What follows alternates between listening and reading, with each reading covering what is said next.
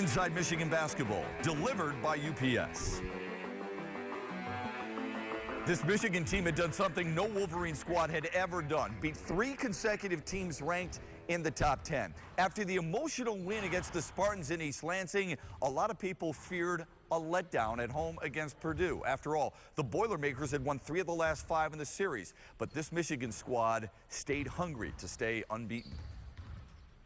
They're going to play a lot tougher, harder, longer than the other team, and they're going to love the intangibles again. You've done an incredible job, whether it's a screen, whether it's going after, the hell you're doing it in practice. Just put it out there again for 40 more minutes. The intangibles, you play harder than them. That's their thing. That's their thing, playing harder than you. Nobody plays harder than Michigan, especially when we walk on this floor. They play every one like it's the last possession, like it's the championship possession, because you don't know when it would be. We play defense with toughness, commitment, and loud, strong talk. Toughness. This is not a game for those, this particular game especially, is not for those that don't like physical contact. You got to stick your nose in there. You got to have a lot of physical contact. And then finally, right, we're going to play defense with our head. We're going to be always having vision, and our feet and our chests. We're not playing it with our hands. They'll play right into it. It's all your head, what's happening next. Your feet are moving. You're sliding all the time, and your chests are out, and your chests are taking charges, not your hands. Right? A lot of stuff to do. You've done them all, and we do them every day. Let's get this is a great run right now, right? Why should it stop? Let's not let it stop. But it's not going to be easy. Let's not let it stop. Every morning, John, in Africa, you heard this one, a gazelle wakes up, and it knows it's got to run as fast as it can run to survive that day, or it will be killed. And every morning, Spike, in Africa, a lion wakes up, and it knows it's got to run as fast as it can to catch a gazelle's eye so it can eat. So it doesn't matter if you're the gazelle or the lion. Doesn't matter the day. Every time you wake up, you better be running.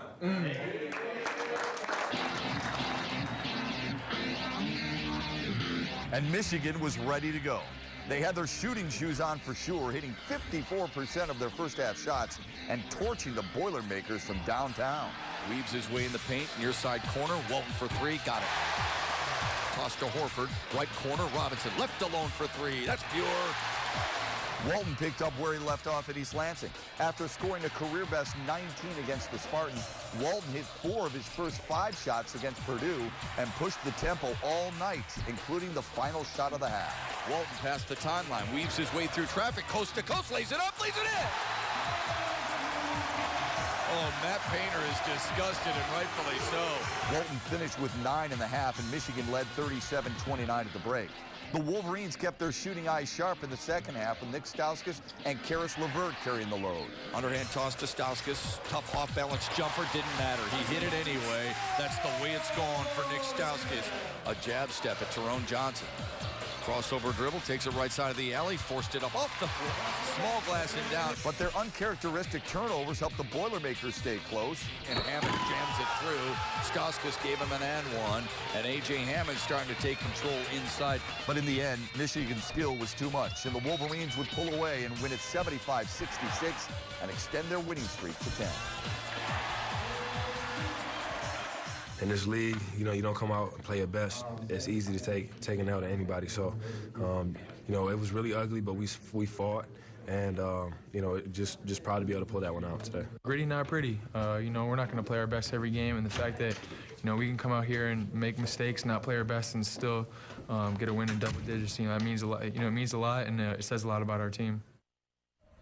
And actually, sometimes that's the best way to get it done. When you're not playing your best, you and your coaches get that opportunity to coach while still feeling the victory that you did against Purdue. Well, let's not take anything away from Purdue. They made us not play our best, and so that was a big factor in the game.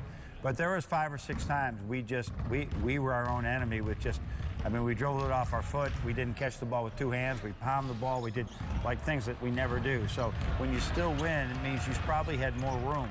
And it did allow us to still finish a game strong. We had to go right to the end. Purdue never gave in, so still get that 9-point win at home.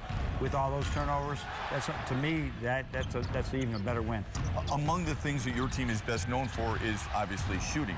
Purdue's a very good defensive team. They've only allowed 3 teams this year to shoot better than 45%, and yet your club shoots the kind of clip that it did. It says an awful lot about the way your guys were focused and dialed in. Yeah, we have some good talent on offense right now that they do a great job at finding their own shots and shooting with confidence, and that's huge for us. They always have that confidence out there. So we just got to keep working on it and working on it. But you're going to have games here and there where your offense isn't as good. It's our defense we've got to keep working at. There are a lot of people who would think you come off winning 3 straight games against top 10 teams. The emotional letdown had to be obvious for fans against Purdue. Were you worried about that at all going into that game? Oh, Matt, I hate to admit this, but I worry about things on every game. But I also know you don't ever expect victory, and people may think that. No, I'm always expecting the unexpected. So I'm trying as much as I can just to keep our guy focused as how did we get to this place right now? How did we get undefeated in the league? We took care of that game and that game only. And that was our whole emphasis. Let's just treat this like it's the only game left in our schedule. What has been the biggest difference at Derek Walton from non-conference to Big Ten conference? 19 points against MSU, 14 against Purdue, but he's getting to the line more often in conference play than he did in all the non-conference acts. Yeah, one of the big things is, and I know it doesn't have to do with you're talking about, is his defense. We have more trust in him defensively, so he's on the court maybe a little bit more. Secondly, he understands the spacing of our offense. There's time in non-conference, I'm sure he was saying, what the heck do I do on this play? Now he's saying, okay, when do I shoot it or when should I drive it? He knows where he should be. So as we continue to tinker with our offense and our defense, he's feeling more comfortable. Coffee with the Coach is presented by Tim Hortons. Today's question is from John down in icy Atlanta, Georgia. Coach, how does your game preparation change the second time you face a conference opponent in Big Ten play? It's interesting because we haven't done that yet. That's right. All right, and we're about to go into that next week. So, we will, the scout isn't as, it's still difficult. It's more understandable, but we can probably go more in-depth in the scout. What we want to make sure is that we don't take anything for granted. Teams will change. Nebraska Wednesday will have a whole week to prepare for us. We will have 2 days. So that's a bit different as well. So we're always trying to keep our guys fresh for that second time around and remind them, if you watch our scores in our league, second time around doesn't mean anything. What happened the first time around doesn't mean anything about the second time. And we should remind people you work constantly on your game. Sure, there's preparation for the opposition, but it's constantly working on what Michigan does. Making Michigan better is our primary objective. Michigan has knocked off some big-time accomplishments this year, like winning for the first time ever at the Kohl Center, beating the Spartans and beating 3 straight top 10 clubs. Could they add another by winning in Bloomington for the first time since '09? We'll find out after this. Inside Michigan Basketball, delivered by UPS, is brought to you in part by the University of Michigan, C.S. Mott Children's Hospital, and by Absol Pure Water, the official bottled water of the Michigan Wolverines. Going back now into our Inside Michigan Basketball time machine to the last time Michigan won in Bloomington, Indiana. It was January 7th, 2009. The Wolverines trailed by 20 points in the second half, but battled all the way back to tie the game on this Lavelle Lucas Perry shot with just 25 seconds remaining to force overtime.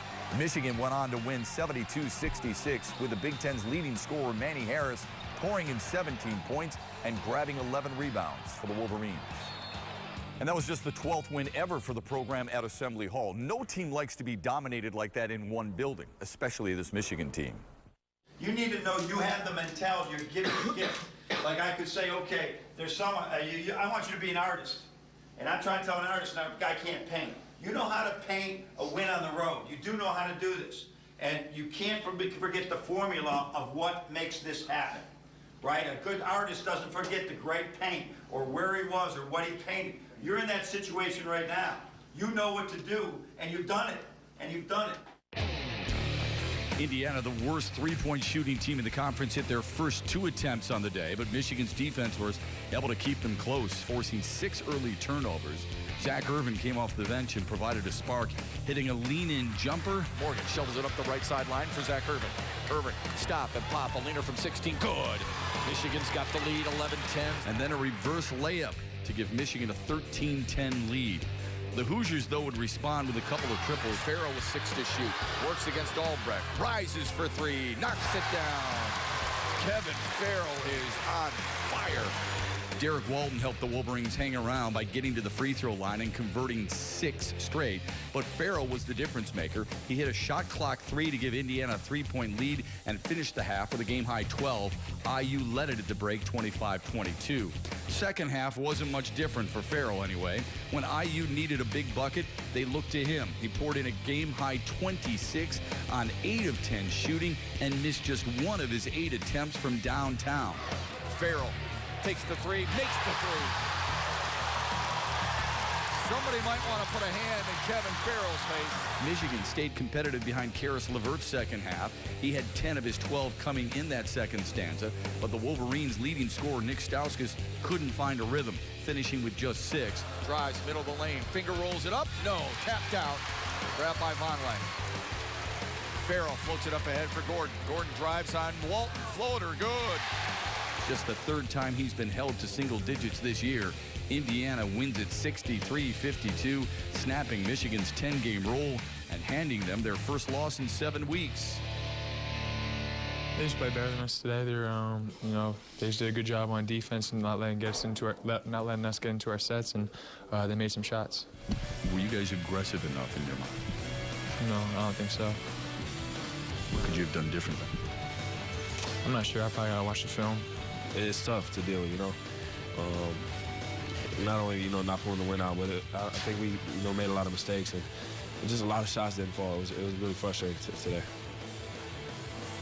We have bigger things to go on to with Nebraska. We're going to win a championship. We got Nebraska on Wednesday. Okay, proud of you. Fought hard, right? We'll see how we did with 50-50 balls, but we're going to get better. We're going to continue to. It gets us to want to work in practice, doesn't it? Huh? That when people are checking you like that and people are on you, but 52 points might be an all-time low, and we'll do something about it. We'll get better individually, and the coaching staff will get better as well. Okay? So we just take this one, and it's just, well, when would you rather have this do? You'd rather have this done if you're fortunate enough to make the NCAA tournament, or would you like to learn from it and get better from it? What was the biggest deciding factor, your thoughts, in Indiana? Well, I think we couldn't score offensively. It had a little bit to do with strategy, had a little bit to do with our players playing here in Indiana, and we missed foul shots that we've been missing as well. So just a lot of things. The ball just doesn't bounce your way sometimes, and we didn't get good looks. They had great defense tonight. Great Indiana defense. You had some pretty good defensive looks against Kevin Farrell, but he made some really tough shots tonight, didn't he? Yeah, I would say, there were some that we'd love to have back defensively, but there's probably 3 or 4 shots we can do nothing about. And the ball rolled their way in those situations, and balls rolled our way in many situations too. So we'll grow from it. I know you'd like to make more shots, but Derek Walton seemed to play pretty well, pretty effectively in the first half. Karis LeVert in the second half for him. Yeah, Derek is growing every day. Both that guard, now one is 18 and one is 19. I mean, that is a great backcourt to have that type of youth in that backcourt, that type of quickness. They're both high IQ guys, Matt. So we love that backcourt. I think Michigan fans are going to love watching those two over the next 4 years. And I know you love the emotion that Jordan Morgan shows. Sometimes, maybe too much. He lets it get to him, but he cares an awful lot at a season high in rebounds. Yeah, he really did a good job on the backboard. He sort of understands our offense really well, and it's good to see him back to where he was. 10 rebounds in this environment with those athletes. That's a really good day. A good day for anybody, let alone an engineer. How do you think your team grows from something like this? Oh, I think it smacks you right in the face. It smacks every coach in this locker room in the face. It smacks me in the face, and everybody. If reality hits you there, we got to get a lot better. And sometimes you need to get dunked on. Sometimes you need to have wide open shots, or look at the film and say, you know what, I can execute that better. Thanks, Coach. All right, thank you. Coming up, our Al Rose Steel Ironman of the Week. But when we return, the women struggled in a pair of games. That story is next. It was a rough start to the week for the women's team in Lincoln, Nebraska. The Cornhuskers hit 11 three-point shots and handed Michigan its first Big Ten road loss. Nicole Elmblad led the Wolverines with 16 points while shooting 50% from the field. Freshman Sierra Thompson finished with 12 points. 84-51 the final. Sierra Thompson made 2 3-pointers at Nebraska to set a new freshman record for long-range buckets in a season with 50. Thompson shooting an amazing 48% from behind the line. Thompson has done everything she's been asked to do and more from the coaching staff from the point guard position. Thompson is the team's top scorer. She's made 92% of her foul shots and protects the ball. Bottom line, Sierra doesn't look like a freshman out there. I have confidence in myself, but when other people have more confidence in you, it boosts you up in the game. You know, if you make a mistake, your teammate's going to be there, your coach is going to be there. And I know my coach, when I do things, she corrects me, but she allows me to go out there and play my game. The Southern California native has shrugged off the harsh Michigan winter weather and is working hard on her education and a great basketball experience. And what's been her biggest surprise since leaving home for Ann Arbor? The support from all the people around in the community, like at the games. People come up to you and say good game, and they really care. The Midwest is definitely different. I think people are way nicer out here, maybe just Ann Arbor, but people are like a lot nicer and a lot more friendly than in anywhere I've ever been. She's still adjusting to the region, though. In California, hockey's not really a big thing. So out here, Nicole used to play hockey, and she tried to explain it to me, and I'm just like lost. It's pretty incredible to see how much she's grown since she's gotten here, and I'm really excited to see her continue to grow because I think she's going to be an unbelievable player for this program. Really, you know, I'm excited where we're headed, and I think C is going to be one of those people who's just going to really forefront that and just, you know, lead the charge. And I asked Sierra to tell us a little bit about herself that maybe her teammates didn't know. She hesitated at first. I definitely was a ballerina when I was younger. When I was 4 years old, I was a ballerina, the pink tutu, the pink shoes, spinning around, yeah, when I was 4 years old. So the former ballerina was back in action with her teammates on Saturday at Chrysler Center against Minnesota. Thompson added 3 more 3-point baskets and led Michigan with a team-high 19 points against the Gophers as Michigan took a 38-34 halftime lead. But the Gophers caught fire in the final 20 minutes, scoring 51 points on 77% shooting. Amanda Zowey and Rachel Banham each scored 24 points for Minnesota, who beats Michigan 85-69. It's the first time this season the Wolverines dropped back-to-back games. Shannon Smith and Saisha Guri were both double-digit scorers for Michigan, who travels to Northwestern for a game Thursday night. For Inside Michigan Basketball, I'm Sarah Van Meter. All right, Sarah, thanks. When we come back, the player who made a difference for the Wolverines. We find out who the Man of Steel is next.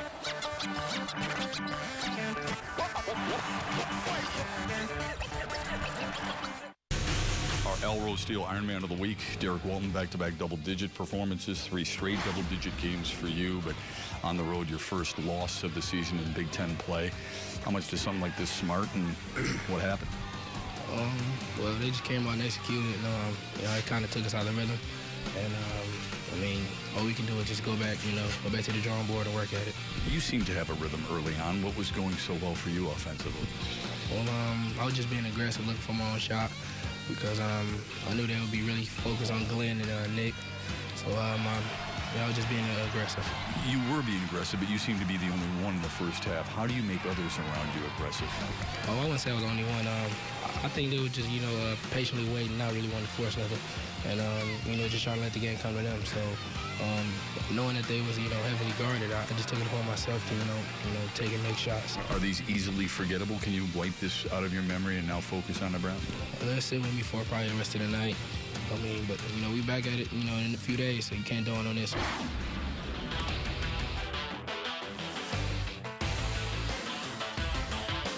Inside Michigan Basketball, delivered by UPS. Let UPS put the power of logistics to work for you. That's it for this week's edition of Inside Michigan Basketball. Next week, a really busy program. We recap 2 women's games and the men as they go for 2 season series sweeps. First against Nebraska and then against the Hawkeyes of Iowa. Until then, enjoy your week, everybody, and go blue.